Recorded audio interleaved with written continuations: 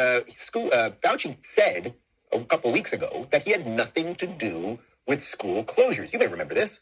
They always come back and say Fauci was responsible for closing schools. I had nothing to do. Let's get down to the fact. He had nothing to do except we've got video.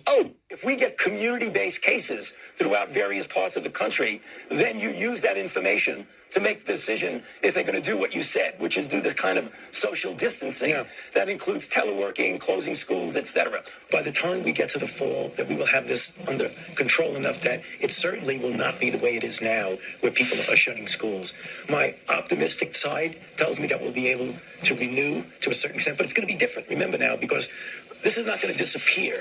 So we're going to have in place the capability of doing the things that we talk about all the time on this stage, to identify, to isolate, to contact trace. So if you at least agree that the general principle is to try as best as you can to get the children back to school, I think you have to put that in the context that an important issue in that is to make sure you do whatever you can to safeguard the safety and the health of the children as well as the teachers. And that should guide your policy.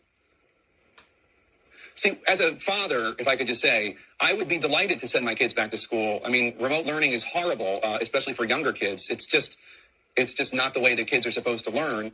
We cut a whole portion of that. There are many, many instances of him being for school lockdowns. We also played you guys the video a week ago. Remember when people were asking him about how draconian the Chinese lockdowns are that are happening all over China right now? They're literally barricading people in giant, massive apartment buildings, and they have this zero COVID policy. And related to that, he had the gall to say that, yeah, it could kind of work until you get things under control. And it's like, you deserve no respect or power or anything anymore, you bad, bad man. I'm just